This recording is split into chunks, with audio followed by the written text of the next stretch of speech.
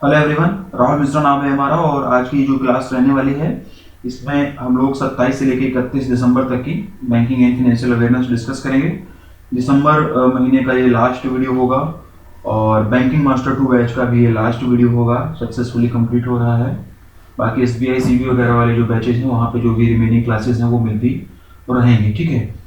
और 74 क्वेश्चन तक हम लोगों ने डिस्कस कर लिया था, उससे आगे की चीज़ें हम लोग यहाँ पे डिस्कस करेंगे। आज की वीडियो का पहला और दिसंबर महीने का 75वां क्वेश्चन हमारी स्क्रीन है। देखो इसमें क्या बोला गया है, by which name the insurance regulatory and development authority of India is going to launch the first of its kind affordable insurance product covering risk against life, health and property. यानी कि भारतीय बीमा नियामक और विकास प्राधिकरण, जिसको कि हम लोग IRDAI भी बोलते हैं, IRDAI ने किस नाम से स्वास्थ्य, जीवन और संपत्ति के जोखिमों को कवर करने वाली अपनी तरह का पहला किफायती बीमा उत्पाद लॉन्च करने जा रहा है। ये इस क्वेश्चन का हिंदी में मतलब है। ऑप्शन जो है वो आप लोगों के सामने दिए गए हैं और इसका जो आंसर होगा बीमा विस्तार, ऑप्शन नंबर ए, ठीक है ना। ऑप्शन नंबर ए बीमा विस्तार जो है वो इसका सही उत्तर हो जाएगा, ठीक है। बीमा विस्तार ये एक ही पॉलिसी में लाइफ, हेल्थ और प्रॉपर्टी कवरेज देगा, तीनों की कवरेज एक ही मतलब पॉलिसी में देगा। और फाइनेंशियल ईयर 2025 के फर्स्ट क्वार्टर में इसे लॉन्च किया जाना है। IRDAI का एक इनिशिएटिव है इंश्योरेंस ट्रिनिटी। क्या इनिशिएटिव है? इंश्योरेंस ट्रिनिटी, ठीक है ना। इंश्योरेंस ट्रिनिटी IRDAI का एक इनिशिएटिव है और बीमा विस्तार जो ये लॉन्च किया गया है इसी का एक हिस्सा है। बीमा विस्तार में बीमा सुगम और बीमा वाहक दोनों को इंटीग्रेट कर दिया जाएगा। बीमा सुगम और बीमा वाहक, एक देखो ऑप्शन में दिया गया है बीमा सुगम और एक होता है बीमा वाहक, ठीक है ना। ये दो पॉलिसीज हैं ऑलरेडी जो पहले से चल रही हैं। तो ये जो बीमा विस्तार है इसमें बीमा सुगम और बीमा वाहक दोनों को इंटीग्रेट कर दिया जाएगा। बीमा सुगम की अगर हम लोग बात करें तो ये जो बीमा सुगम है एक वन स्टॉप डिजिटल प्लेटफॉर्म है, ठीक ना। वन स्टॉप डिजिटल प्लेटफॉर्म है ये, वन स्टॉप डिजिटल प्लेटफॉर्म है ये। और बीमा वाहक की हम लोग बात करें तो ये एक women lead field distribution force है, ठीक है। इतना सब डीप में जाने की जरूरत नहीं है, क्वेश्चन बस इतना ही पूछा जाएगा, बीमा विस्तार और क्या नाम है बस इतना ही पूछा जाएगा। लेकिन थोड़ा सा चीजों को हम लोग एक्सपांड कर रहे हैं। 2047 को भी हम लोग यहाँ पर याद कर लेते हैं।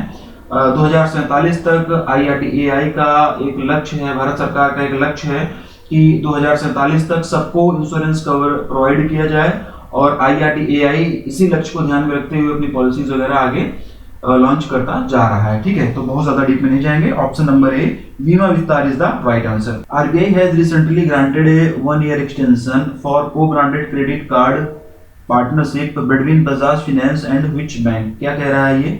RBI ने हाल ही में बजाज फाइनेंस और किस बैंक के बीच को-ब्रांडेड क्रेडिट कार्ड साझेदारी के लिए 1 साल का विस्तार दिया हुआ है, 1 साल का एक्सटेंशन दिया हुआ है, ये इसमें पूछा है। बैंक का नाम पूछा गया है सिर्फ और सिर्फ, option number C RBL bank is the right answer.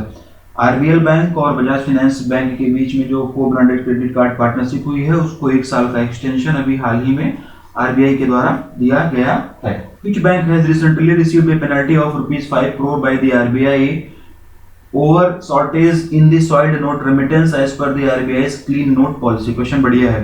RBI की स्वच्छ नोट नीति के अनुसार गंदे नोट प्रेषण में कमी पर हाल ही में किस बैंक को RBI के द्वारा 5 करोड़ रुपए का जुर्माना लगाया गया है? ये इस क्वेश्चन का हिंदी में मतलब है। ऑप्शन आप लोगों के सामने दिया गया है। क्वेश्चन को थोड़ा सा एक्सटेंड करेंगे और इसी से मिलता जुलता एक वीडियो मैंने ऑलरेडी यूट्यूब पर अपलोड कर रखा हुआ है पहले, जिसमें उसका जो थंबनेल वगैरह है, जो उसकी टैगलाइन है वो इस नाम से है कि कटे फटे नोट कैसे बदले। वहां पर थोड़ा सा डिटेल में जाके चीजें बताई गई हैं। अगर वो आप लोगों ने अभी तक नहीं देखा है तो जाकर आप लोग उसको देखिएगा। अदरवाइज इस क्वेश्चन से संबंधित जो भी चीजें हैं वो यहाँ पे मैं कवर करूंगा, ठीक है ना। और ये जो बात हो रही है इसमें पेनल्टी लगाई गई है, RBI के द्वारा लगाई गई है, किस बैंक पे लगाई गई है ये पूछा गया है। पहले इसका आंसर जानते हैं, फिर चीजों को हम लोग एक्सपांड करेंगे। बैंक ऑफ बड़ौदा पे लगाई गई है। कितने की पेनल्टी लगाई गई है? 5 करोड़ रुपए की लगाई गई है। क्यों लगाई गई है? Over shortage in the soiled note remittance as per RBI clean note policy. RBI के क्लीन नोट पॉलिसी के हिसाब से सॉइल्ड नोट रेमिटेंस में शॉर्टेज की वजह से ये जो है लगाया गया है। तो क्यों पेनल्टी लगाई गई ये क्वेश्चन में बता दिया गया है। कितने की पेनल्टी लगाई गई ये भी बता दिया गया है। किस पर लगाई गई ये पूछा गया था तो बैंक ऑफ बड़ौदा हो गया, किसके द्वारा लगाई गई ये भी बता दिया गया, ठीक है। चीजें आप लोगों को यहाँ से काफी समझ में आई होंगी। और बैंक ऑफ बड़ौदा की यहाँ पे बात हो रही है तो option number B bank of Baroda इसका आंसर हो जाएगा। बैंक ऑफ बड़ौदा का टाइम अभी खराब नहीं चल मतलब खराब चल रहा है। होता है ना कि कभी कई बार इंसान का टाइम अच्छा बुरा चल रहा होता है, उसी हिसाब से बैंक ऑफ बड़ौदा का भी टाइम अभी मुझे नहीं लग रहा है कि अच्छा चल रहा है। विवेक बिंद्रा जैसी इसकी हालत हो गई है, केसेस वगैरह बैक टू बैक आते जा रहे हैं। बैंक ऑफ बड़ौदा पे बहुत ज़्यादा पेनल्टी वगैरह लगती जा रही है। अभी मोबाइल ऐप के लिए इस पर पेनल्टी लगाई गई थी, एक दो पेनल्टी और लगाई गई थी। इसी क्वेश्चन को और आगे एक्सपांड करेंगे तो 5 करोड़ के साथ साथ इसमें एक और पेनल्टी लगाई गई है, वो आगे मैं आपको बताऊंगा। ठीक है, थोड़ा सा चीज़ों को एक्सटेंड करते हैं, थोड़ा सा टू द पॉइंट चीज़ों को बात करते हैं। यहाँ पर बात हो रही है स्वाइल्ड नोट की, ठीक है ना। तो ये बेसिकली है टाइप्स ऑफ नोट। स्वाइल्ड नोट की यहाँ पर बात हो रही है तो टाइप्स ऑफ नोट्स होता है। और ये जो मैंने वीडियो यूट्यूब पे डाल रखा है उसमें बताया हुआ है कि कटे फटे नोट कैसे बदलें, कि स्वाइल्ड नोट क्या होता है, म्यूटिलेटेड नोट्स क्या होता है, वहां पे डीप में बताया है। यहाँ पे सिर्फ मैं स्वाइल्ड नोट ही बताऊंगा। देखो, स्वाइल्ड का अगर हिंदी मतलब देखा जाए तो बेसिकली ये गंदा नोट होता है, ठीक है ना। तो स्वाइल्ड नोट का मतलब ये हो जाएगा कि जो वो सभी नोट जो नॉर्मल वियर एंड टीयर की वजह से गंदे हो गए हैं, मतलब नॉर्मल रख रखाव की वजह से गंदे हो गए हैं, ठीक है ना, या फिर उनपे इंक वगैरह लग गई है, कोई कलर लग गया है, या फिर उसका हम लोगों ने कपड़े उपड़े में डाल के वॉशिंग मशीन वगैरह में कहीं पे धुल दिया है, उसका रंग उतर गया है, ठीक है, वो सब जो होता है स्वाइल्ड नोट के कंडीशन में आता है। आप लोग मार्केट में सब्जी भी लेने जैसे जाते होते होंगे या कोई भी सामान, जैसे ज्यादातर देखिए सब्जी वाले में ही होता है। ये एग्जांपल जो मैं दे रहा हूँ, बाकी और किराना वगैरह की दुकान पे तो साफ सुथरे नोट आप लोगों को मिल जाते हैं। सब्जी वगैरह अगर आप लोग लेने जाते होंगे तो देखते होंगे ना कैसे मुर्दा मुर्दा मरी मरी से नोटें वो लोग देते हैं। फिर हम लोग बोलते हैं कि भैया मतलब थोड़ा ठीक ठाक नोट दे दो, क्या ही दे रहे हो आप।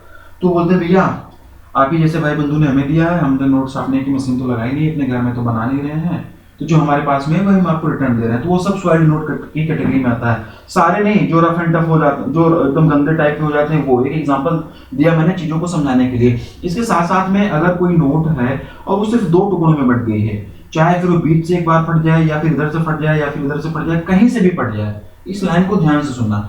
अगर एक ही नोट के 2 टुकड़े हो जाए और उसमें एसेंशियल फीचर मिसिंग ना हो, मतलब कि 2 टुकड़े होने के बाद में भी जो नोट के एसेंशियल फीचर्स होते हैं वो मौजूद हैं, तब भी हम ऐसे नोट को क्या बोलते हैं, स्वाइल्ड नोट ही बोलते हैं। देखते हो आप लोग नोट अगर हमारे कई बार फट जाते हैं तो टेप वगैरह लगा के चिपका देते हैं, ठीक है ना, तो वो स्वाइल्ड नोट की कैटेगरी में आएगी।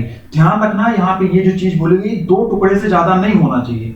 अगर 3 टुकड़े में जाएगा तो फिर वो म्यूटिलेटेड वगैरह में जाएगा। म्यूटिलेटेड नोट यहाँ पे नहीं पढ़ाऊंगा, यूट्यूब पे ऑलरेडी वीडियो मैंने उसका डाल रखा है, कटे फटे नोट, उसकी पूरी नोट की डायमेंशन डाल रखी है, पैसे कैसे बदले जाते हैं, कब 50% मिलता है, कब 100% मिलता है, नोट का एरिया कितना होना चाहिए, पूरा डिटेल में डाला हुआ है। अगर आप लोगों ने नहीं देखा तो उसको जाके देखिएगा। अदरवाइज यहाँ पर जो बात होगी सिर्फ स्वाइल्ड नोट की बात होगी। तो स्वाइल्ड नोट मैंने आपको समझाया कि वो 2 कैटेगरी 2 पार्ट में ही मैक्सिमम होना चाहिए, 2 से ज्यादा अगर हो जाएगा तो फिर म्यूटिलेटेड में जाएगा। इसके साथ साथ में उसमें जो है इसेंशियल फीचर भी मिसिंग नहीं होने चाहिए। इसेंशियल फीचर की अगर हम लोग बात करें तो क्या होता है इसेंशियल फीचर? इसेंशियल फीचर की अगर हम लोग बात करेंगे तो इसेंशियल फीचर में आ जाता है कि जैसे जो नोट पे सिग्नेचर होता है वो होना चाहिए। नोट पे किसका सिग्नेचर होता है बता दो, और 1 रुपए के नोट पे किसका सिग्नेचर होता है ये भी आप कमेंट करके मुझे बताओगे, ठीक है ना। 1 रुपए के कॉइन पे किसका होता है हिसाब किताब, वो सब आप कमेंट करके मुझे बताओगे। ये नोट का इसेंशियल फीचर हो जाता है। अशोक पिलर वगैरह होता है, वाटर मार्क होता है नोट पे, गांधी जी की इमेज होती है, ठीक है। इसके साथ में इशूइंग अथॉरिटी का नाम होता है कि किसने इस नोट को इशू किया हुआ है। इसके साथ में प्रॉमिस क्लॉज भी लिखा होता है वहां पे ना, कि मैं धारक को 500 रुपए अदा करने का वचन देता हूँ, ये सब होता है। अगर ये सारी चीजें हैं और उसके बाद में 2 पार्ट में 2 भागों में नोट बढ़ गई है तो वो सब कुछ स्वाइल्ड नोट की कैटेगरी में आएगा, ठीक है ना। बाकी म्यूटिलेटेड नोट्स क्या होता है ये मैंने बताया, उस वीडियो में डाला हुआ है, वहां पे आप लोग जाके देखिएगा। स्वाइल्ड नोट आपको समझ में आ गई होगी, ठीक है ना। क्वेश्चन पे फिर से वापस आते हैं। तो इसी वजह से बैंक ऑफ बड़ौदा पे जो है वो 5 करोड़ रुपए का पेनल्टी लगाया गया हुआ है। 5 करोड़ रुपए का जो पेनल्टी बैंक ऑफ बड़ौदा पे लगाई गई है इसी वजह से लगाई गई है, over shortage in the soiled note remittance. RBI की जो क्लीन नोट पॉलिसी है उसके हिसाब से ये जो मतलब स्वाइल्ड नोट रेमिटेंस है उसकी शॉर्टेज हो रही थी, तो इसीलिए इस पे मतलब ये मतलब पेनल्टी लगाई गई है। आरबीआई की क्लीन नोट पॉलिसी के अनुसार स्वाइल्ड नोट रेमिटेंस का पता चलने के कारण आरबीआई ने बैंक ऑफ बड़ौदा पर 5 करोड़ रुपए का जुर्माना लगाया हुआ है। इसके साथ साथ स्वाइल्ड नोट रेमिटेंस में फेक और म्यूटिलेटेड नोट मिलने के कारण आरबीआई के द्वारा बैंक ऑफ बड़ौदा पर 2750 रुपए का और पेनल्टी लगाया गया है। मतलब कि 5 करोड़ के साथ साथ में 2750 रुपए की पेनल्टी और लगाई गई। क्यों लगाई गई है? क्योंकि स्वाइल्ड नोट रेमिटेंस में फेक नोट यानी कि नकली नोट भी मिली हुई है और म्यूटिलेटेड नोट भी मिली हुई है, ठीक है ना। और म्यूटिलेटेड नोट भी मिली हुई है। अब म्यूटिलेटेड नोट क्या होती है मैंने बताया, यहाँ पे नहीं बताऊंगा, क्वेश्चन लंबा हो जाएगा, उस वीडियो में मैंने डाल रखा है। और इन नोटों को कैसे बदलते हैं, क्या आरबीआई की गाइडलाइन है, वो भी वहाँ पे उस वीडियो में डाला हुआ, वहाँ पे आप लोग जाके देखिएगा। तो 5 करोड़ की ये भी पेनल्टी लगाई गई और 5 करोड़ के साथ में सिर्फ और सिर्फ 2750 रुपए है। इसमें कंफ्यूजन नहीं होना चाहिए, मैं फिर से बोल रहा हूँ 2750 रुपए की ही पेनल्टी लगाई गई। थोड़ा सा शर्मिंदा करने के लिए इतना कम अमाउंट पेनल्टी लगा दिया जाता है। कई बार हम लोगों को देखते हैं ना कि कोई केस वगैरह चल रहा होता है किसी बड़े आदमी का, तो अदालत देखो उस पर 1 रुपए का जुर्माना लगा देती है, 1 रुपए की फाइन लगा देती है। तो अब अंबानी के ऊपर अगर 1 रुपए का फाइन लगा दिया जाए तो ऐसा होता है ना कि इज्जत की बात आ गई, इतने बड़े आदमी को सिर्फ 1 रुपए का फाइन लगाया गया, तो शर्मिंदा करने वाला या मतलब दूसरे तरीके से मैसेज देने वाला होता है, तो इसीलिए इस पे ये इतना पेनल्टी लगाया गया। ठीक है, तो bank of Baroda option number B is the right answer हो जाएगा। बैंक ऑफ बड़ौदा का हेडक्वार्टर कहां पर है, एमडीएनसी और टैगलाइन आप लोग रिकॉल करोगे, bank of India, Punjab national bank और स्टेट बैंक ऑफ इंडिया के बारे में ये सारी चीजें इसी टाइम पर रिकॉल करते हुए चलोगे। अगले क्वेश्चन की तरफ हम लोग बढ़ते हैं। Who has recently been appointed as the interim MD and CEO of the North East Small Finance Bank? हाल ही में north east small finance bank के अंतरिम एमडी और सीईओ के रूप में किसे नियुक्त किया गया है, ये इसमें पूछा गया है। ऑप्शंस आप लोगों के सामने दिए गए हैं। Satish Kumar Kalra, option number D is the right answer. Satish Kumar Kalra ji को अभी हाल ही में north east small finance bank के एमडी एंड सीईओ के बीच के लिए इनको अपॉइंट किया गया है। 2012 याद कर लेते हैं, 2012 से 2017 का टाइम पीरियड याद कर लेते हैं। इस टाइम पीरियड के दौरान सतीश कुमार कालरा जी को आंध्रा बैंक का एग्जीक्यूटिव डायरेक्टर बनाया गया था, मतलब ये इस दौरान आंध्रा बैंक के एग्जीक्यूटिव डायरेक्टर के रूप में भी काम किए हुए थे। ये चीज आपको याद रखना। Next, which bank has recently launched India's first corporate credit card the e-Swarna card on RuPay network? हाल ही में किस बैंक ने रुपे नेटवर्क पर भारत का पहला corporate credit card the Swarna card launch किया है? ये इस क्वेश्चन का हिंदी में मतलब है। ऑप्शंस आप लोगों के सामने दिए जा चुके हैं। इसका जो आंसर होगा IndusInd bank, option number B is the right answer. IndusInd bank, option number B is the right answer. IndusInd bank ने अभी हाल ही में इंडिया का पहला कॉर्पोरेट क्रेडिट कार्ड लॉन्च किया हुआ है रुपे नेटवर्क पर। किस नाम से इस क्रेडिट कार्ड को लॉन्च किया गया है? The e-Swarna card, the e-Swarna card नाम से लॉन्च किया गया। क्वेश्चन इसलिए भी इंपॉर्टेंट बनता है क्योंकि इंडिया का पहला कॉर्पोरेट क्रेडिट कार्ड लॉन्च है। कॉर्पोरेट क्रेडिट कार्ड क्या होता है कि जो कॉर्पोरेट्स होते हैं, जो कंपनीज होती हैं, उनके द्वारा जो क्रेडिट कार्ड अपने एम्प्लॉइज को दिया जाता है होटल वगैरह के बिल वगैरह देने के लिए, कुछ भी कंपनी के काम से खर्चे वगैरह उनको करने होते हैं उसके पेमेंट के लिए, तो वो कॉर्पोरेट कार्ड के अंतर्गत आता है। डीप में बहुत ज्यादा नहीं जाएंगे। रुपे नेटवर्क पर लॉन्च किया गया है, इंडसइंड बैंक के द्वारा लॉन्च किया गया है, इंडिया का पहला कॉर्पोरेट क्रेडिट कार्ड है, इसलिए इंपॉर्टेंट बनता है। ये नाम आप लोग याद कर लेना बस, इंडसइंड बैंक और ई-स्वर्णा, ये नाम एक दूसरे से याद कर लेना। इससे ज्यादा इस क्वेश्चन में और ज्यादा कुछ भी पूछा जाने का चांस है नहीं, ठीक है ना। जो ई-स्वर्णा कार्ड है ये यूरोपे, मास्टर कार्ड और वीजा पर आधारित chip based contact lens commercial credit card है, जो कि रुपे पर यूज किया जा सकता है। कॉर्पोरेट कार्ड के बारे में मैंने बताया कि कंपनियों के द्वारा अपने एम्प्लॉइज को कार्ड दिया जाता है उनके खर्चों वगैरह के लिए, ठीक है ना।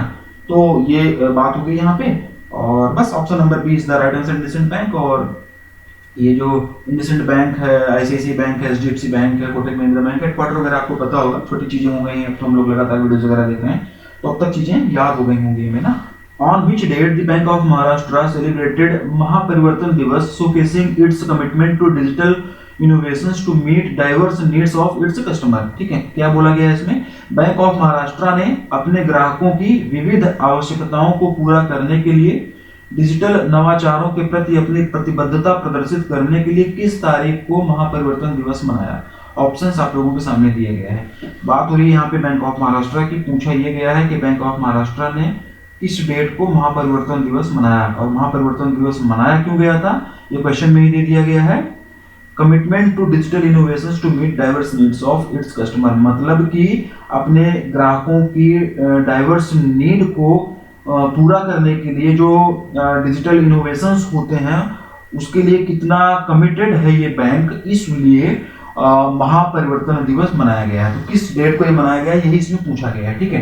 तो इसका जो आंसर हो जाएगा 19 दिसंबर 2023, option number A.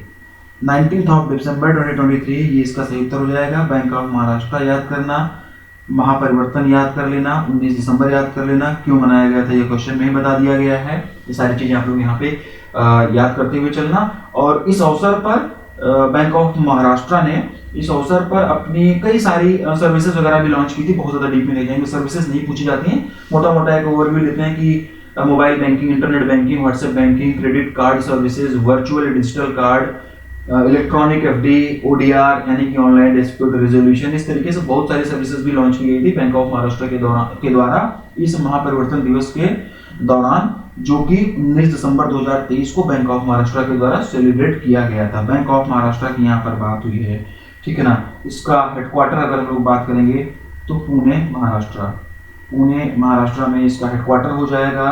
One family one bank, ये इसकी क्या हो जाएगी, टैगलाइन हो जाएगी। वन फैमिली वन बैंक इसकी टैगलाइन हो जाएगी। इस्टेब्लिशमेंट ईयर की अगर हम लोग बात करेंगे तो 1935 में इस्टेब्लिश हुआ था, ठीक है ना। एमडी एंड सीईओ की अगर हम लोग बात करेंगे तो एएस राजीव जो है वो इसके एमडी एंड सीईओ हो जाएंगे। Name the bank which has recently signed a $165 million line of credit with the World Bank to finance grid connected rooftop solar photovoltaic projects in residential and institutional sector, ठीक है। उस bank का नाम बताइए जिसने हाल ही में आवासीय और संस्थागत क्षेत्रों में ग्रिड से जुड़े छत और फोटोवोल्टिक परियोजनाओं के वित्त पोषण के लिए विश्व बैंक के साथ 165 मिलियन अमेरिकी डॉलर की क्रेडिट लाइन पर हस्ताक्षर किए हैं। क्वेश्चन इंपॉर्टेंट है एग्जाम पॉइंट ऑफ व्यू से। इसका जो आंसर हो जाएगा state bank of India, SBI के लिए भी इंपॉर्टेंट बनेगा। Option number C, state bank of India is the right answer. State bank of India ने अभी हाल ही में 165 मिलियन यूएसडी, ये अमाउंट भी याद रखना, ये डाटा है 165 मिलियन यूएसडी, ये भी आप लोग याद रखना, ठीक है। स्टेट बैंक ऑफ इंडिया ने अभी हाल ही में 165 मिलियन यूएसडी के लाइन ऑफ क्रेडिट पे हस्ताक्षर किया हुआ है वर्ल्ड बैंक के साथ में। क्यों किया हुआ है, जिससे कि to finance grid connected rooftop solar photovoltaic projects in residential and institutional sector. Residential और इंस्टीट्यूशनल सेक्टर्स में grid connected rooftop solar photovoltaic projects को फाइनेंशियल सपोर्ट देने के लिए, ठीक है ना। यानी कि आवासीय और संस्थागत क्षेत्रों में ग्रिड से जो जुड़े हुए रूफटॉप जो होते हैं ना, सोलर फोटोवोल्टिक प्रोजेक्ट्स होते हैं, उन परियोजनाओं को फाइनेंशियली असिस्ट करने के लिए, फाइनेंशियली सपोर्ट देने के लिए 165 मिलियन यूएसडी के लाइन ऑफ क्रेडिट का जो है 165 मिलियन यूएसडी का लाइन ऑफ क्रेडिट बैंक का स्टेट बैंक ऑफ इंडिया और वर्ल्ड बैंक के द्वारा साइन किया गया है अभी हाल ही में। तो option number C, state bank of India is the right answer. Headquarter वगैरह यहाँ पे नहीं उलझेंगे, भी पता होगा आपको। Next, who has recently been appointed as the chairman of the BSE Limited with effect from 17th of January 2024। हाल ही में 17 जनवरी 2024 से BSE लिमिटेड के अध्यक्ष के रूप में किसे नियुक्त किया गया, इस क्वेश्चन का हिंदी में मतलब होगा Pawan Agarwal. Option number D is the right answer. Pawan Agarwal ji को अभी हाल ही में BSE लिमिटेड के चेयरमैन के रूप में नियुक्त किया गया है और इनका कार्यकाल जो है वो 17 जनवरी 2024 से प्रभावी हो जाएगा। 17 जनवरी 2024 से इनका कार्यकाल जो है वो प्रभावी हो जाएगा, ठीक है। और इन्होंने रिप्लेस किसको किया, ये भी पूछा जा सकता है। तो इन्होंने जो रिप्लेस किया हुआ है एसएस मुंद्रा जी को रिप्लेस किया हुआ है। ऑप्शन में देखो ये भी दिया गया है, ठीक है ना। ऑप्शन में देखो ये भी दिया गया है ना, सुभाष सर्वोत्तम मुंद्रा, ये एसएस मुंद्रा जी हैं। एसएस मुंद्रा जी को और भी आप लोग किसी वजह से जानते हो, वो मैं नहीं बताऊंगा, ठीक है ना।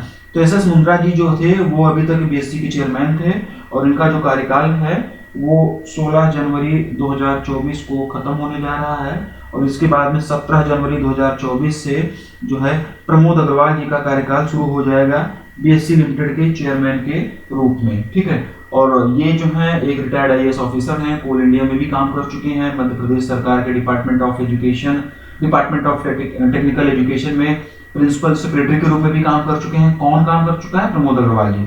जो इसका सही आंसर है वो मैं बता रहा हूँ आपको, इतना डीप में जाने की भी जरूरत नहीं, ये चीजें नहीं पूछी जाएंगी, ठीक है ना। बीएससी का हेडक्वार्टर कहाँ पर है मुझे याद नहीं आ रहा है, शायद मुंबई महाराष्ट्र में, कहाँ पे है, ठीक है ना। अगर ये सही है तो ठीक है, नहीं सही है तो आप सही आंसर बता दो। अगले क्वेश्चन की तरफ हम लोग बढ़ते हैं। RBI has recently approved the merger of IDFC Limited, IDFC Financial Holdings Company Limited with which bank, ठीक है। RBI ने हाल ही में IDFC Limited और IDFC Financial Holdings Company के इस बैंक के साथ विलय को मंजूरी दी है। मतलब कि इसमें ये पूछा गया है कि IDFC Limited और IDFC Financial Holdings Company, ठीक है ना, जिसको कि हम लोग IDFC FHCL भी बोलते हैं, इसका मर्जर किस बैंक के साथ होने जा रहा है, जिसके लिए आरबीआई ने भी हाल ही में अप्रूवल दिया हुआ, ये इसमें पूछा गया है, ठीक है। तो इसका जो आंसर हो जाएगा IDFC first bank, option number B. Option number B IDFC first bank जो है वो इसका सही उत्तर हो जाएगा। IDFC first bank is the right answer. ठीक, आईडीएफसी फर्स्ट बैंक इसका सही उत्तर हो जाएगा। आईडीएफसी फर्स्ट बैंक में जो है आईडीएफसी लिमिटेड और IDFC financial holdings company limited, इन दोनों का मर्जर, इन दोनों का विलय होने जा रहा है। और एमालगमेशन की जो योजना है उस हिसाब से सबसे पहले आईडीएफसी एफएचसीएल में का मर्जर जो होगा वो आईडीएफसी लिमिटेड के साथ में होगा। ठीक ना, जो ये समामेलन की योजना है, जो एमालगमेशन की योजना है, उस योजना के हिसाब से आईडीएफसी एफएचसीएल का मर्जर सबसे पहले आईडीएफसी लिमिटेड में होगा, उसके बाद में आईडीएफसी लिमिटेड का मर्जर जो है वो आईडीएफसी फर्स्ट बैंक में कर दिया जाएगा। तो इस प्रोसेस के तहत में ये मर्जर जो है वो होने जा रहा है। Option number B, IDFC first bank is the right answer. बैंकों के हेडक्वार्टर वगैरह आपको पता होंगे, ये उम्मीद है मुझे इतनी। ठीक है, आगे बढ़ते हैं। SEBI has recently extended the deadline to add nominees in demat accounts and mutual fund portfolios till which date. ठीक है, पुराना क्वेश्चन है, डेट एक्सटेंड की गई इसीलिए फिर से क्वेश्चन फ्रेम हो रहा है। सेबी ने हाल ही में डीमैट खातों और म्यूचुअल फंड पोर्टफोलियो में नामांकित व्यक्तियों को जोड़ने की समय सीमा किस तारीख तक बढ़ा दी है, ये इस क्वेश्चन का हिंदी में मतलब है। ठीक है ना, सेबी ने भी क्या किया हुआ है कि जो भी हमारे demat account holder, demat accounts होते हैं या फिर म्यूचुअल फंड पोर्टफोलियोज होता है, उसमें नॉमिनी ऐड करने की डेडलाइन को बढ़ाया हुआ है। किस डेट तक बढ़ाया हुआ है ये इसमें पूछा गया है। ठीक है, तो इसका जो आंसर हो जाएगा, इसका आंसर हो जाएगा 30 जून 2024, 30th of June 2024। Option number A is the right answer. ठीक है ना, ऑप्शन नंबर ए 30 जून 2024। मैं लिख दे रहा हूं एक बार, हालांकि आप लोगों को दिख भी रहा है। ऑप्शन नंबर है 30 जून 2024, ये इसका सही उत्तर हो जाएगा। सेबी ने भी हाल ही में डीमैट अकाउंट और म्यूचुअल फंड पोर्टफोलियो में नॉमिनीज ऐड करने की जो डेडलाइन है उसको बढ़ा के 30 जून 2024 तक कर दिया है। पहले ये जो डेडलाइन हुआ करती थी 31st of December 2023 थी, मतलब 31 दिसंबर 2023 पहले डेडलाइन थी, इसे 6 महीने के लिए और बढ़ा के 30 जून 2024 कर दिया गया है सेबी के द्वारा।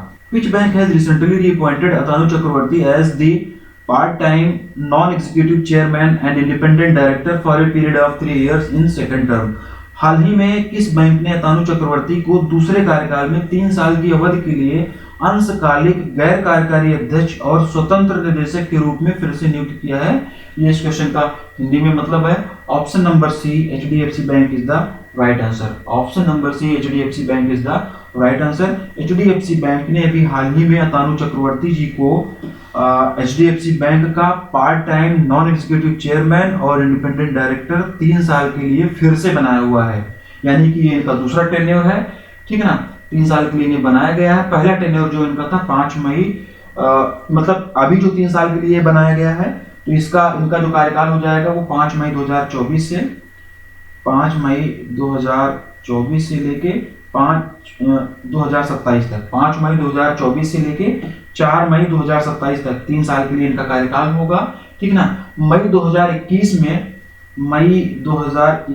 में इन्हें पहली बार 3 साल के लिए इस पद पर अपॉइंट किया गया था, उसके बाद में अभी फिर से दोबारा इनको किया जा रहा है। और ये जो अतानु चक्रवर्ती जी हैं, ये गुजरात कैडर के रिटायर्ड आईएएस ऑफिसर हैं।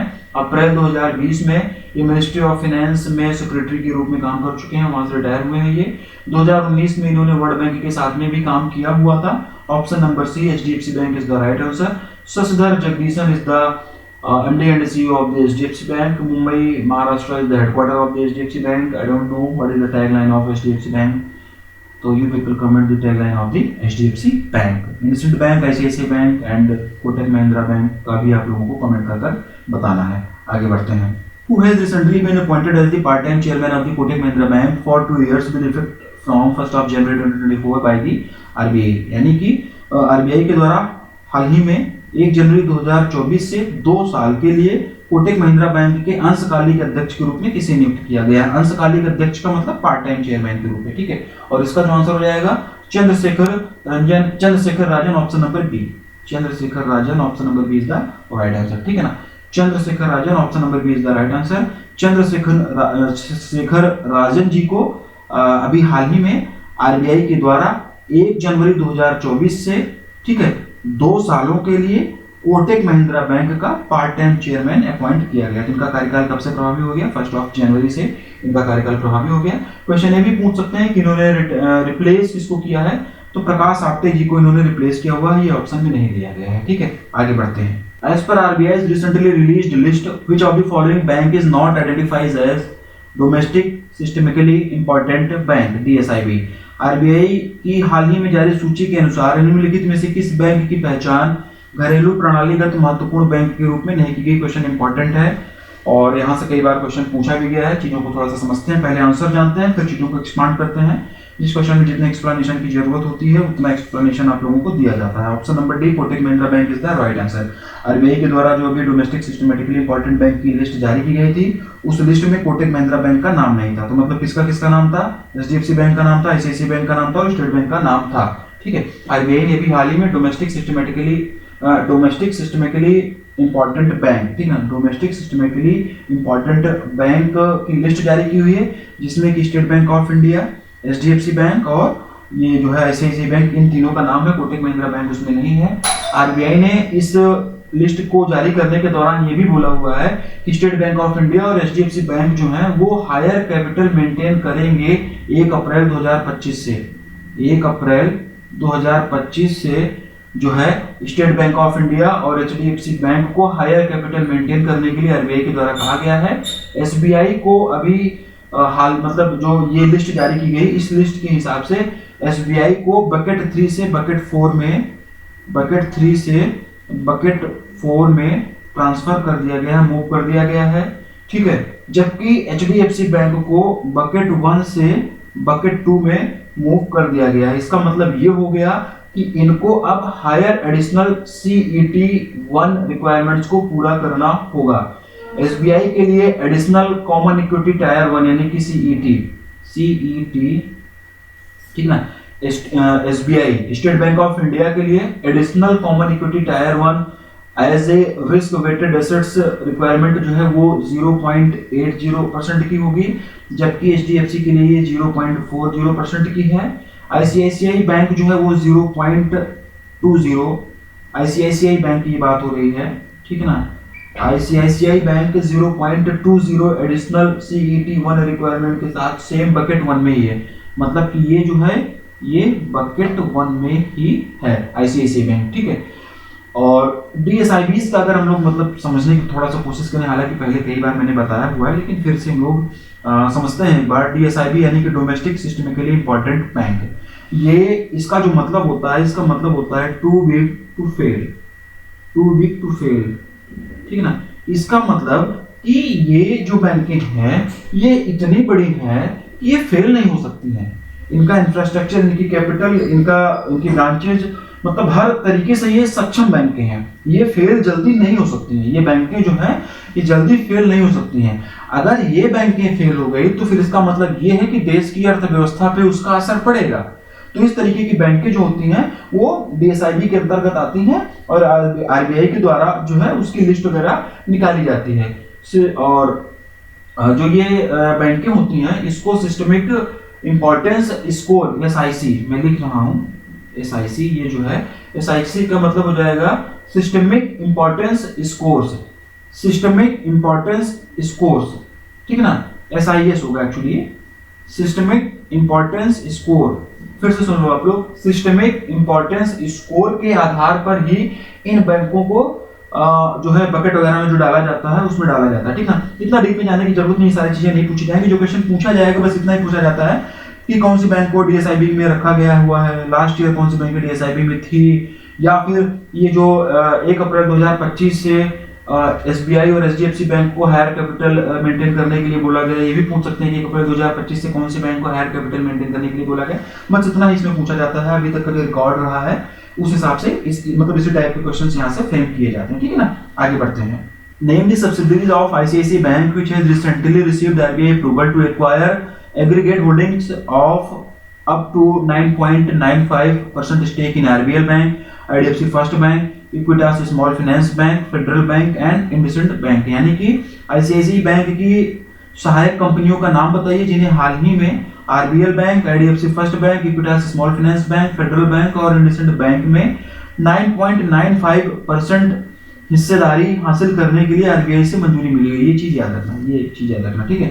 और इसका जो आंसर हो जाएगा, ऑप्शंस आप लोगों के सामने दिए गए बोथ ए एंड बी, यानी कि आईसीआईसीआई बैंक की कौन से सब्सिडियरीज हैं वो ICICI Prudential asset management company और ICICI Prudential life insurance company. इन दोनों को अभी मतलब जो है इन बैंकों में ये जो संस्थान दिए गए इसमें 9.95% तक का स्टेक करने का मतलब अधिकार आरबीआई के द्वारा दे दिया गया हासिल करने का, और 1 साल का समय दिया गया यानी कि 26 दिसंबर 2024, ठीक ना। 26 दिसंबर 2024 तक का इनको समय दिया गया है कि इस बीच में ये अपना एक्विजिशन कंप्लीट कर लें। अगर इस बीच में ये एक्विजिशन कंप्लीट नहीं करते हैं तो ये अप्रूवल मिली हुई है आरबीआई की तरफ से, ये कैंसिल हो जाएगी। अभी वर्तमान में अगर हम लोग बात करें तो अभी वर्तमान में ICICI Prudential asset management company और आईसीआईसीआई प्रूडेंशियल लाइफ के पास जो है वो 2.08% इक्विटी शेयर है आरबीएल बैंक में। बाकी सब में कितना कितना शेयर है, कितना कितना स्टॉक है, वहां जाने की जरूरत नहीं है, बस ये लिमिट याद रखना। मैक्सिमम लिमिट जो है वो 9.95% की ही रहने वाली है, ठीक है। तो option number C both A and B is the right answer. What is the current interest rate on Sukanya Samriddhi account scheme? Sukanya Samriddhi खाता योजना पर वर्तमान ब्याज दर क्या है, ये इस क्वेश्चन का हिंदी में मतलब है। पहले इसका आंसर जानते हैं फिर चीजों को थोड़ा सा एक्सपांड करेंगे। 8.2%, option number is the right answer, ठीक है ना। अभी भारत सरकार ने फाइनेंशियल ईयर 24 के क्वार्टर 4 के लिए यानी कि 1 जनवरी 2024 से 31 मार्च 2024 के लिए स्मॉल सेविंग स्कीम्स पर जो है वो ब्याज दर जारी की हुई है, ठीक है ना। और ये जो स्मॉल सेविंग स्कीम्स पर ब्याज दर जारी की जाती हैं ये सरकार के द्वारा क्वार्टरली बेसिस पर जारी की जाती हैं। क्वार्टरली बेसिस पर जो इन पर जो इंटरेस्ट रेट है वो सरकार के द्वारा जारी किया जाता है। और ये अभी जो जारी की गई है इसमें सुकन्या समृद्धि अकाउंट पर जो है वो 20 बेसिस पॉइंट का इंक्रीज किया गया है और ये जो है 8% से बढ़कर 8.2% हो गई है। और 3 ईयर टाइम डिपॉजिट में जो है वो 10 बेसिस पॉइंट का इंक्रीज किया गया है और 10 बेसिस पॉइंट का इंक्रीज होने के बाद में ये 7% से बढ़कर 7.1% हो गया है। यही दो चेंज हुआ है, बाकी के किसी भी इंटरेस्ट रेट में कोई चेंजेस नहीं हुआ है, सिर्फ यही चेंज हुआ है। पुराना अगर आपको याद है तो वहां से भी काम चल जाएगा। एक बार मैं फिर भी फटाफट जल्दी जल्दी बता दे रहा हूँ, ठीक है। करंट वाला बताता हूँ, 2 ही में चेंज हुआ है, जिसमें चेंज हुआ वो आपको बता दिया है। बाकी करंट क्या है मैं फटाफट बता दे रहा हूँ, पीडीएफ में भी सारी चीजें मिलेंगी, ठीक है ना। सुकन्या समृद्धि की अगर हम लोग बात करेंगे तो 8.2% है। केवीपी यानी कि किसान विकास पत्र की हम लोग बात करेंगे 7.5%, 115 मंथ का इसका जो है मैच्योरिटी पीरियड है, ठीक है ना। पब्लिक प्रोविडेंट फंड पीपीएफ की बात करेंगे तो 7.1% का है। नेशनल सेविंग सर्टिफिकेट एनएससी की बात करेंगे तो 7.7% का है। मंथली इनकम अकाउंट स्कीम पर बात करेंगे तो 7.4% का है। सीनियर सिटीजन सेविंग स्कीम पर अगर हम लोग बात करेंगे तो 8.2% का है, ठीक है ना। 5 ईयर आरडी की अगर हम लोग बात करेंगे तो 6.7% का उस पर है। 5 ईयर टाइम डिपॉजिट की अगर हम लोग बात करेंगे तो 7.5% का है। 3 ईयर टाइम डिपॉजिट की बात करेंगे तो 7.1%, 2 ईयर टाइम डिपॉजिट की बात करेंगे तो 7%, 1 ईयर टाइम डिपॉजिट की अगर हम लोग बात करेंगे तो 6.9%। जो अभी 3 ईयर का मैंने बताया 3 ईयर टाइम डिपॉजिट का, जिसका मैंने बताया 7%, पहले ये 7% था, इसी में 10 बेसिस पॉइंट का ये किया गया था चेंज, जो भी आपको पहले बता चुका था। जिसमें चेंज हुआ था वो पहले बता गया था, बाकी सारी चीजें एक बार आपको मैं बता दे रहा हूँ, ठीक है ना। सेविंग डिपॉजिट की अगर हम लोग बात करेंगे तो 4% इसका करंट में इंटरेस्ट रेट है, ठीक है ना। वीडियो को एक बार पीछे करके नोट डाउन करना चाहना तो आप लोग नोट डाउन कर लेना, बाकी चीजें पीडीएफ में मिलेंगी। यहाँ से क्वेश्चन पूछे जाने के चांसेस हमेशा रहते हैं किसी भी बैंक एग्जाम में, PO clerk, SBI, CBO, GPO, जो भी एग्जाम आपका अपकमिंग है, आईडीबीआई का या बैंक ऑफ महाराष्ट्र का, यहाँ से क्वेश्चन पूछ सकते हैं। या फिर आप स्टेट गवर्नमेंट के भी छोटे मोटे एग्जाम देते रहते हो तो वहाँ पे भी इस तरीके से चीजें पूछी जा सकती है, ठीक है ना। तो ये बात हो गई कि किस किस स्कीम पे कितना कितना इंटरेस्ट रेट है। थोड़ा सा सुकन्या समृद्धि योजना में क्योंकि चेंजेस हुआ है तो थोड़ा सा इसके बारे में हम लोग जानेंगे। सुकन्या समृद्धि अकाउंट जो स्कीम है इसके बारे में थोड़ा सा हम लोग जानते हैं। बेटी बचाओ बेटी पढ़ाओ कैंपेन आप लोगों को पता होगा, प्रधानमंत्री नरेंद्र मोदी जी के द्वारा लॉन्च किया गया था। तो बेटी बचाओ बेटी पढ़ाओ कैंपेन के तहत में सुकन्या समृद्धि स्कीम लॉन्च की गई थी और इस स्कीम का जो मुख्य उद्देश्य है वो जो गर्ल चाइल्ड होती हैं उनके एजुकेशन और उनके शादी के खर्चों के लिए बेसिकली ये स्कीम लॉन्च की गई है। जो लड़कियां होती हैं, जो बच्चियां होती हैं, उनको शादी के लिए खर्चे मतलब उनके माँ बाप एकाएक उनके ऊपर बर्डन ना है, इसलिए स्कीम है कि छोटे छोटे पैसे जमा करके उनके शादी के लिए इकट्ठा होता रहता है यहाँ पे, या फिर उनके एजुकेशन के लिए इससे पैसे इकट्ठा इसमें होते रहते हैं इस स्कीम के तहत। तो मेन जो टारगेट है, मेन जो है वो यही है कि ये पहली चीज तो गर्ल चाइल्ड के लिए है और सिर्फ और सिर्फ एजुकेशन और शादी के खर्चे के पर्पज के लिए है। इसमें मिनिमम डिपॉजिट की अगर हम लोग बात करें तो 250 रुपए का मिनिमम डिपॉजिट होता है। ये टेक्निकल चीजें हैं, यहाँ से इंटरव्यू में क्वेश्चंस पूछे जा सकते हैं, यहाँ से एग्जाम में क्वेश्चंस पूछे जा सकते हैं, तो आंख कान नाक गला खोल के चीजों को सुनना स्टार्ट करो, ठीक है ना। 250 रुपए जो होता है वो मिनिमम डिपॉजिट होता है इस स्कीम के तहत में, और मैक्सिमम डिपॉजिट की अगर हम लोग बात करेंगे तो 1.5 लाख रुपए, ठीक है ना, 1.5 लाख रुपए पर फाइनेंशियल ईयर जो होता है वो मैक्सिमम डिपॉजिट होता है इसके तहत में, ठीक है ना। और 80C डिडक्शन के तहत में जो भी डिपॉजिट होता है वो उसमें मतलब डिडक्शन भी मिलेगा। इसके तहत जो भी आप पैसा वैसा इसमें डिपॉजिट करोगे उस पैसे पर जो है वो 80C के तहत जो है डिडक्शन वो मिलेगा। मतलब कि 80C के तहत में जो भी डिडक्शन होता है उसका फायदा इसमें मिलने वाला है। अब 80C में डिडक्शन क्या होता है, 80C क्या होता है ये आपको पता होगा, नहीं पता होगा तो मैं 80C बताने में नहीं उलझने वाला हूँ, याद कर लेना, रट्टा मार लेना, कुछ चीजें रट्टा मारना भी जरूरी होता है, ठीक है ना। इसके साथ साथ में जो पैसा आप इसमें जमा करोगे उस पर कुछ ना कुछ इंटरेस्ट रेट भी मिलेगा, और जो इंटरेस्ट रेट उस पे मिलेगा वो टैक्स फ्री होगा। ये चीज भी आप लोग याद रखना। डायरेक्ट क्वेश्चन ऐसे बन सकता है कि सुकन्या समृद्धि अकाउंट स्कीम में जो इंटरेस्ट रेट मिलेगा, जो डिपॉजिट करेंगे उस पे जो इंटरेस्ट रेट मिलेगा, क्या वो टैक्स फ्री होगा कि नहीं होगा, तो आपको बताना है कि हाँ टैक्स फ्री होगा, ठीक है ना। तो ये चीज आप लोग याद रखना, ठीक है ना। और जो इंटरेस्ट रेट मिलेगा वो टैक्स फ्री होगा, और वो जो टैक्स फ्री होगा वो इनकम टैक्स एक्ट 1961 के सेक्शन 10 के तहत में टैक्स फ्री होगा। इसके साथ साथ में खाता खुलवाने के लिए जो गर्ल चाइल्ड होती हैं, जो बच्चियां होती हैं, उनका इंडियन होना मैंडेटरी है, वो भारतीय नागरिक होनी चाहिए। साथ ही साथ में खाता खुलवाने की डेट पर, खाता खुलवाने के टाइम पर, अकाउंट ओपनिंग के टाइम पर उनकी जो एज है वो 10 ईयर से कम होनी चाहिए। ये भी टेक्निकल एस्पेक्ट यहाँ पे बन के आता है, ये चीज आप लोग ध्यान रखना, ठीक है ना। तो एक और गवर्नमेंट स्कीम को हम लोगों ने इस तरीके से कवर कर लिया। इसी तरीके से जो भी गवर्नमेंट स्कीम आती हैं हमारे क्वेश्चन के साथ साथ में हम लोग उसी टाइम पर डिस्कस करते हुए चलते हैं। अलग से स्टैटिक का कोई वीडियोस वगैरह हम लोग नहीं देते हैं यहाँ पे कि गवर्नमेंट स्कीम वगैरह मतलब अलग से पढ़ाई जाए। हालांकि इसकी डिमांड बहुत ज्यादा आ रही है, ठीक है ना। तो लोगों को कुछ लोग बोल रहे हैं कि सेपरेट वीडियोस वगैरह चाहिए गवर्नमेंट स्कीम की, या फिर जो स्टैटिक वाला पोर्शन होता है। तो जो बैंकिंग मास्टर 3 बैच हमने लॉन्च किया हुआ है वहां पे हम लोग सेपरेटली इसको पढ़ाएंगे। वहां पे सेपरेटली आपको मनी मार्केट, कैपिटल मार्केट, जो भी स्टैटिक बैंकिंग होती है, repo rate, reverse repo rate, Indian banking system, RBI, NABARD, वो सारी चीजें बहुत डीप में जाके मैं पढ़ाने वाला हूँ। उससे संबंधित एमसीक्यूज भी कराने वाला हूँ। बैंकिंग मास्टर 3 में पूरी तरीके से ये सारी चीजें अलग से सेपरेट ही पढ़ाई जाएंगी। एक अलग से सेक्शन ही मैंने बना दिया बैंकिंग मास्टर 3 वाले बैच में स्टैटिक बैंकिंग के लिए, वहां पे सारी चीजें आपको मिलने वाली हैं। अब बैंकिंग मास्टर 2 खत्म हो रहा है, 3 में नई चीजें इंप्लीमेंट की जाती हैं। जिस तरीके से पेपर का पैटर्न होता है, जिस तरीके से आप लोगों की डिमांड आती है, उसी हिसाब से हम लोग अपने कोर्सेज में चेंजेस करते रहते हैं। तो बैंकिंग मास्टर 3 में आपको ये सारी चीजें स्टैटिक मिलने वाली है, अभी एक सर्कुलर मिलने वाला है, ब्रांच बैंकिंग भी मैं यहाँ पे कराऊंगा थोड़ा बहुत इसके तरीके एग्जाम को ध्यान में रखते हुए, ठीक है ना। तो ऑप्शन नंबर है 8.2% इज द राइट आंसर। अगले क्वेश्चन की तरफ बढ़ते हैं। The Reserve Bank of India has recently extended the Payment Infrastructure Development Fund scheme till which date? भारतीय रिजर्व बैंक ने हाल ही में पेमेंट इंफ्रास्ट्रक्चर डेवलपमेंट फंड यानी कि पीआईडीएफ योजना को किस तारीख तक के लिए बढ़ा दिया गया? ये क्वेश्चन का हिंदी में मतलब है 31 दिसंबर 2025। Option number C is the right answer.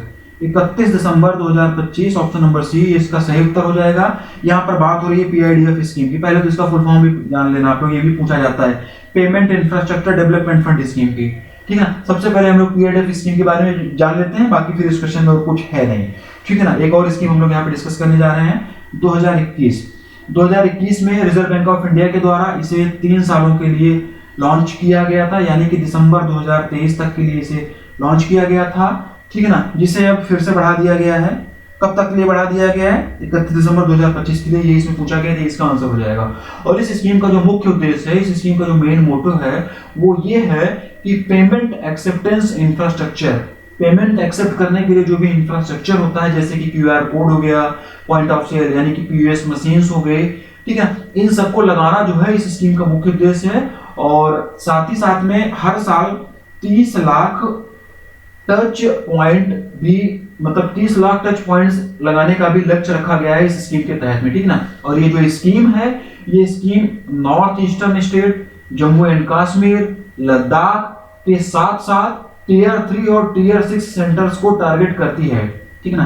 Tier 3 और टीयर 6 सेंटर को भी टारगेट करती है। किसको किसको टारगेट करती है ये भी ध्यान रखना। सबसे ज्यादा फोकस किस पे है? नॉर्थ ईस्टर्न स्टेट पर है, जम्मू एंड कश्मीर पर है, लद्दाख पर है। उसके साथ साथ टीयर 3 से लेके टीयर 6 तक के जो सेंटर्स हैं उनको भी इस स्कीम के तहत में टारगेट किया जाता है, ठीक है ना।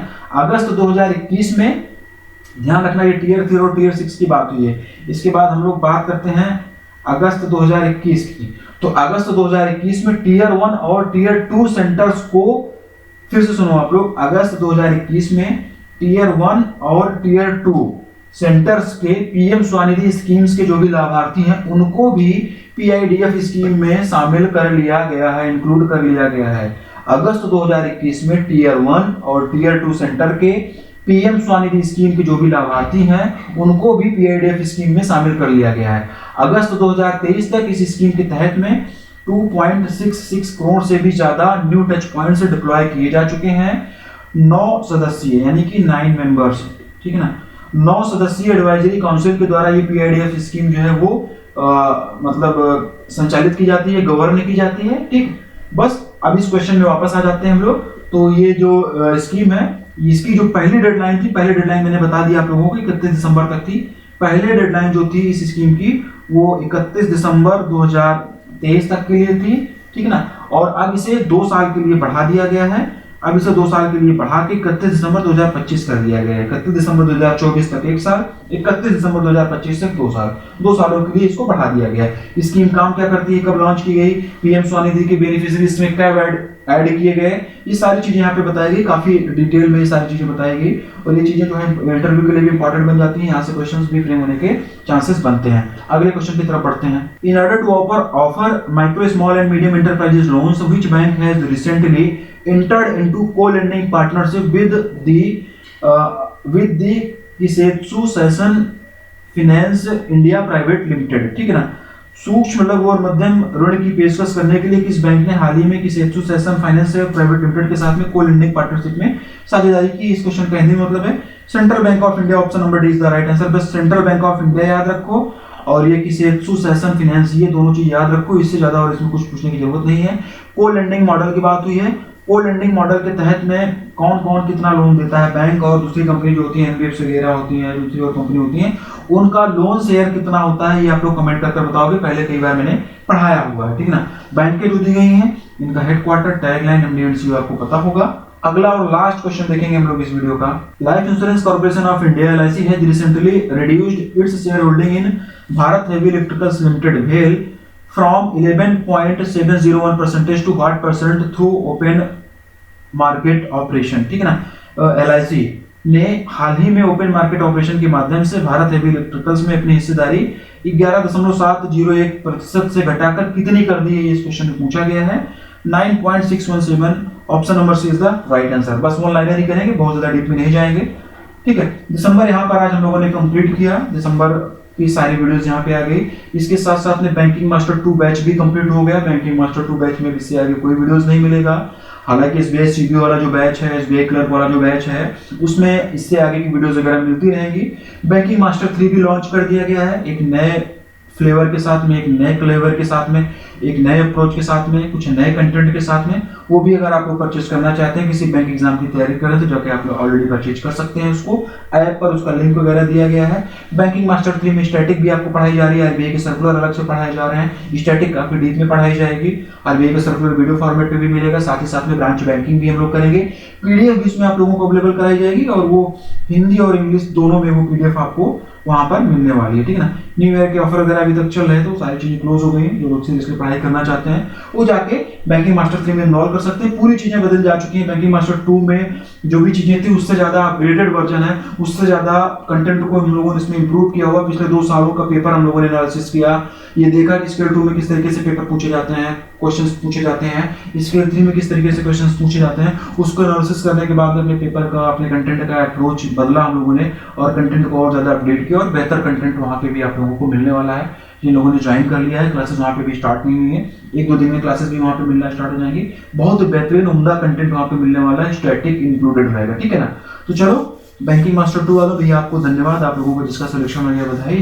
3 के लिए हम लोग तैयारी कर रहे हैं और बाकी सीबीओ वाले और क्लर्क वालों को कंटेंट एज इट इज मिलता रहेगा। Thank you.